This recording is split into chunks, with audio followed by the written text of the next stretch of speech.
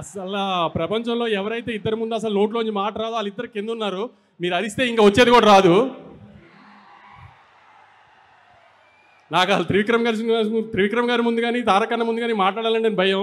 కొంచెం మీరు నాకు కొంచెం సపోర్ట్ చేసి అరవకుండా ఉంటే నేను. ఎలా ఉంది ఆంబియన్స్ అంతా? అన్నని హిందీ సినిమాకి తీసుకెళ్తున్నట్టు లేదు కదా, హృతిక్ గారిని తెలుగు సినిమాకి తీసుకొచ్చినట్టు ఉంది కదా.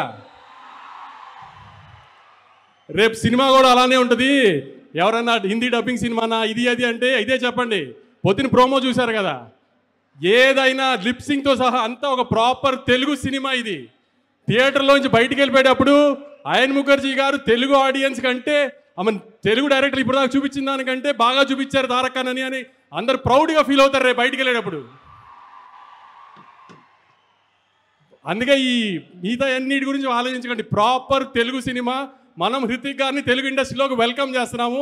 అది ఎంత గ్రాండ్గా వెల్కమ్ చేస్తున్నాం అనేది 14th మీరు చూపించాలి ఖచ్చితంగా.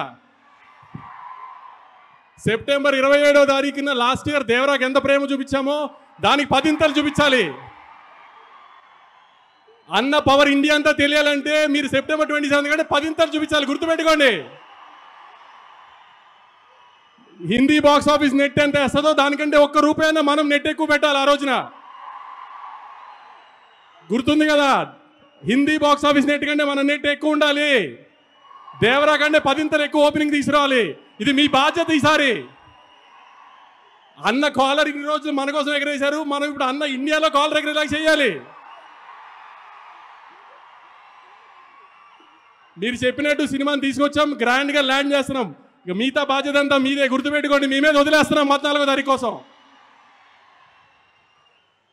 నేను చెప్పాలంతా చెప్పాను. ఆ సినిమా మాత్రం చాలా బాగుంది. మీరు సినిమా చూసిన తర్వాత షాక్ అవుతారు, అదైతే గ్యారంటీ. ఏమాత్రం సినిమా బాగోలేదన్నా మామూలుగానే తిట్టడం అలవాటే కదా నన్ను, దానికి 10 తిడుతురు. కానీ సినిమా చూసిన వాళ్ళు ఎవరు డిసప్పాయింట్ అవ్వరు. బయటికి వెళ్ళిన తర్వాత అద్భుతమైన తెలుగు సినిమా చూసామని అనుకోకపోతే ఇంకెప్పుడు మైక్ పట్టుకుని సినిమా చూడండి అడగను మిమ్మల్ని. Thank you.